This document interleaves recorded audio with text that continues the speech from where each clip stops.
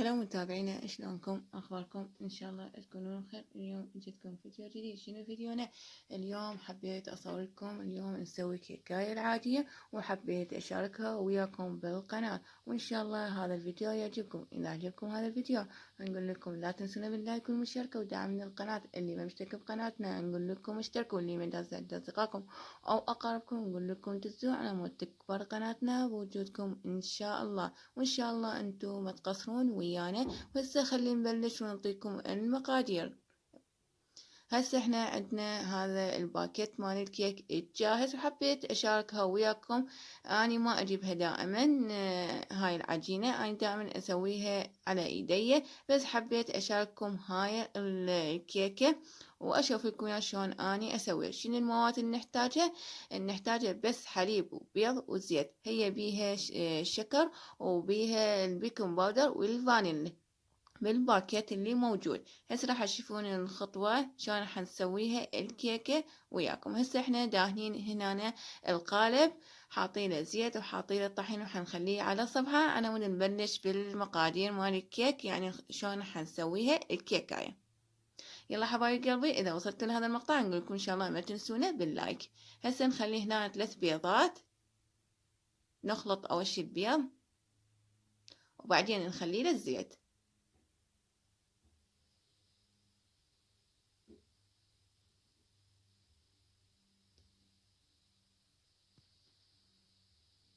نوخر المواد على صفحة ونخلط البيض، يكون المزيج لون أبيض على بياض. وبعدين نخلي له الزيت. هاي المواد مال الكيكة اللي احنا نسويها، هاي الجاهزة. ونخلي كوب حليب نفس هذا القياس اللي خالين بيه الزيت. هسه نخلي الكوب اقول عفوا الكوب الزيت، وهم نرجع نخلطها كل الزين.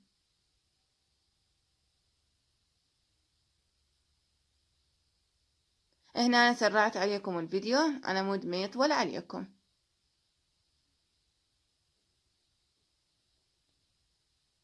بهالشكل يكون المزيج. هسه نخلي الكوب الحليب هذا القياس، الكوب اللي احنا حطينا بيه الزيت. اذا انتم حابين تسوون من هذا الكيك الجاهز سووا، اذا حابين انتم تسووا على يديكم بعد احسن. ان شاء الله انا اسوي لكم كيك على طريقتي.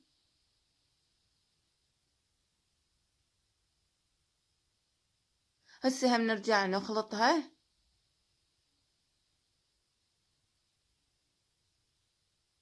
نفس الطريقة الخليط على ما نبلش نحط المواد الجافة. ذكرناكم شكر ما تخلون بيها، ولا بيكنج باودر ولا فانيلا من عندكم، هو موجود. وحتى اشوفكم الكيس اللي موجود بيه البيكنج باودر والفانيلا. هذا كيس الطحين كامل هو بيه شكر، وكيس هم مبطن باكيت البيكنج باودر.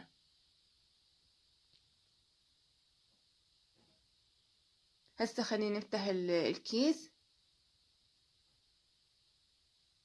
على مود نخليه ويا الخليط ونخلطها كل زين.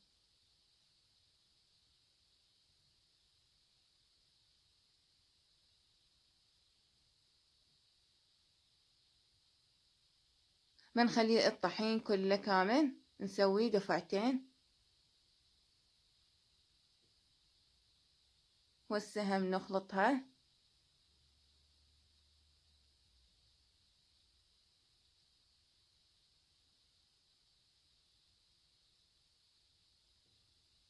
هالشكل.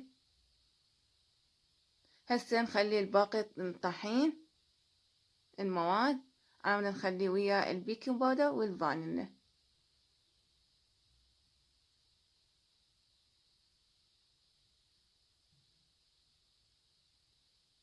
عم نخلطها كل زين، عم نخليها بالقالب. واحنا مشغلين الطباخ، لازم يكون الطباخ عندكم حامي كل زين.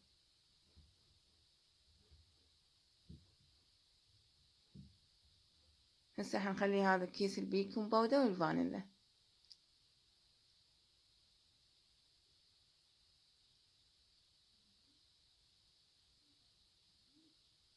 هسه فتحنا الكيس وحنخليه ويا الطحين ويا المواد،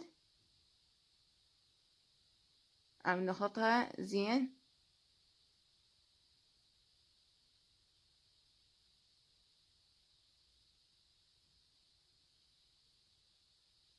هنا سرعت لكم الفيديو.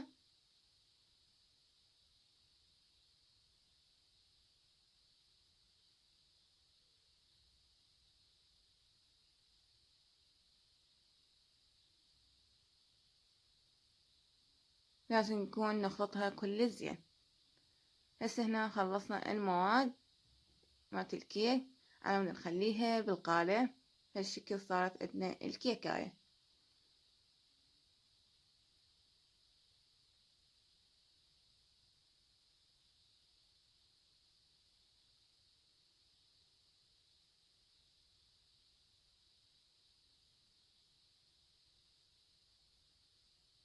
هسه حنديرها بالقالب، وعندنا الفرن حامي، أنا بدنا نخليها بالطباخ.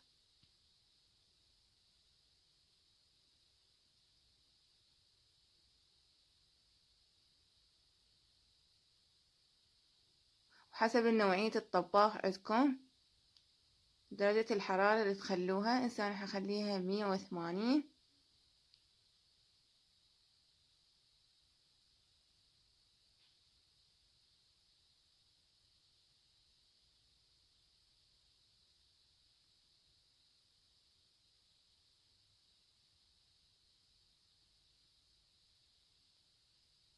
نديرها هيجي بهالشكل.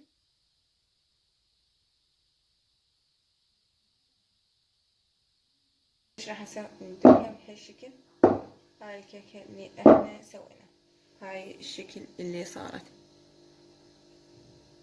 يلا حبايب قلبي، خلينا نحطها بالطباخ بالفرن وبعدين نرجع لكم نشوفكم النتيجة مالتها. وهنا أنا انطبها طبة كلش خفيفة، وهاي شكلها صار النهائي. نخليها بالفرن ونرجع لكم حبايب قلبي ونشوفكم النتيجة النهائية شلون شكلها صارت الكيكاية مالتنا. هاي احنا مستخدميها اللي بالباكيل، واذا حابين تجيبون هاي الجازع جيبوا، واذا حابين انتو تسووا على طريقتكم انتو كيف. هسه شوفوا هاي نتيجتها كلش ممتازة، بس كانت حارة كلش واني مستعجلة عليها.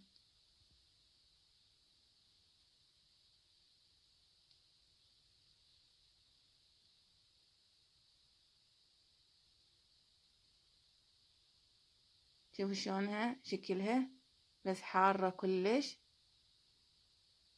هاي شكلها صارت عندنا الكيكة هذا الشكل طلع لنا.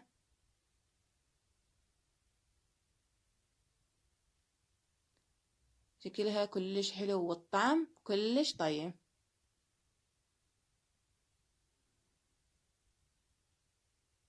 هسه حنقطعها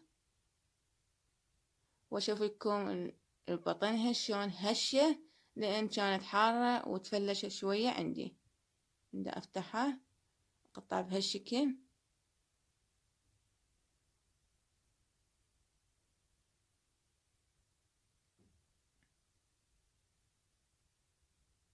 طعمها كلش طيب. هسه خل اقطع الباقيات. شوفوا هنا لان حارة تفلشت.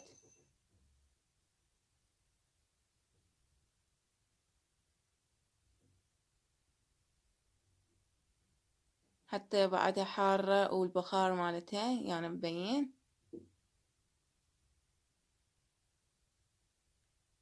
شلون شكلها يجنن ويخبل. شلون بلشت.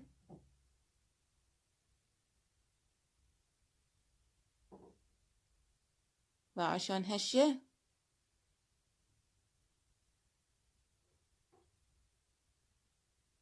بس طعمها يجنن. بنات جربوها وما تخسرون إن شاء الله. وإذا أنتوا حابين على طريقتكم يعني تعتمدون عليه اعتمدوه. وهاي شكلها النهائي الكيكة مالتنا. وإن شاء الله عجبكم هذا الفيديو، وإن شاء الله ما تقصرون ويانا. إذا عجبكم هذا الفيديو نقولكم لا تنسونا باللايك والمشاركة ودعم للقناة، واللي ما مشترك بقناتنا نقول له اشترك، واللي ما داز أصدقائكم أو أقاربكم نقول لكم دزوا على مود تكبر قناتنا بوجودكم إن شاء الله. إن شاء الله أجيكم فيديو جديد وما قصر وياكم. هسه شو نقول لكم؟ نقول لكم باي باي، مع السلامة، أحبكم هواي.